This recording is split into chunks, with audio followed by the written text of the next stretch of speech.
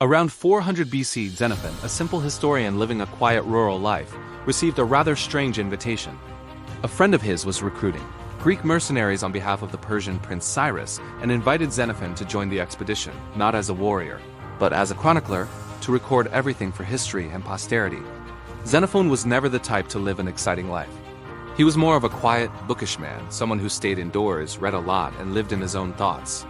But deep inside, he felt a burning desire for experience, for conquest, for adventure, for seeing the world and writing about it. And after a long inner struggle, he finally said, "I'm going." No matter what. Cyrus, on the other hand, needed the best fighters on earth and was willing to pay any price for them. Everyone knew the reputation of the Greeks Athenians, Spartans' legendary warriors. Eventually, an army of over 10,000 Greek soldiers was formed. These men were more like a wild brotherhood than a disciplined army.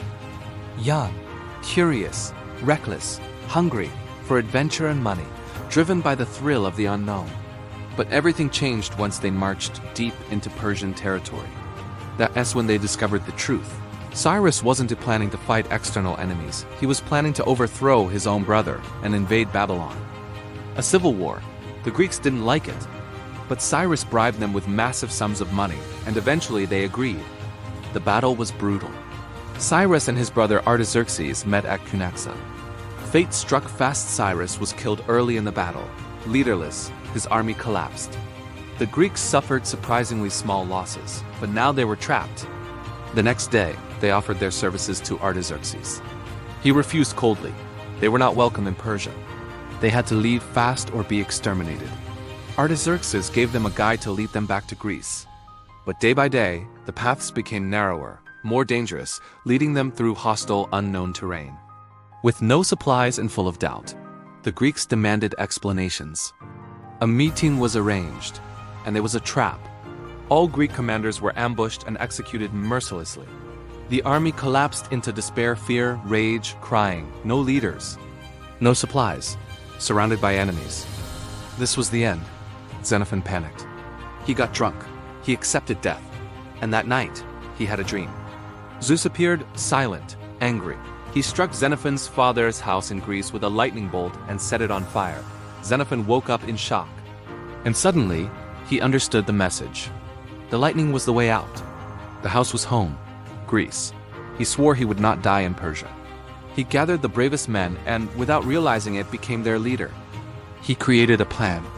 He told them, "From today, anyone who complains or spreads negativity is expelled. No excuses. No weakness. We move fast. We march at night.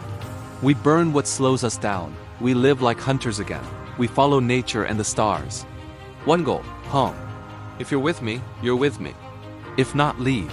The army erupted in hope. Xenophon was chosen as leader. For 2 years, they marched through hell. They hunted, adapted, improvised, stayed positive. And against all odds, they made it back to Greece. Not a single Greek perished. Lessons you must apply in your life. 1. The ultimate goal. Xenophon found a divine goal. Home. Before that, he was lost. After that, he became unstoppable. You need a goal. Start small, then bigger, then massive. Momentum builds purpose. 2. The death strategy. Xenophon knew failure meant death. Real pressure. Today we have no pressure, no urgency, no creativity, so create artificial pressure. If you don't achieve X in 6 months, imagine it's death. No escape. If someone held a gun to your head and said, "Lose 10 kilograms in 6 months or I pull the trigger," would you succeed? Of course, create that pressure yourself. 3. Perfect energy economy. Your energy is limited. Either you invest it in your goal or you destroy your goal with distractions. Routines double your energy. TikTok drains it. 1 hour of routines equals 3 hours closer to success. 1 hour of distractions equals 3 hours further away. 4. Toxic energy. Xenophon had every reason to complain. Betrayal, hunger, fear. He didn't play the victim. He turned pain into fuel. Jealousy, anger, frustration. Used them.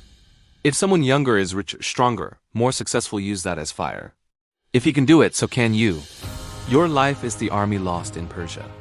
Your spirit is Xenophon after the dream. Find your lightning bolt. Find your way home. If Xenophon could do it, so can you.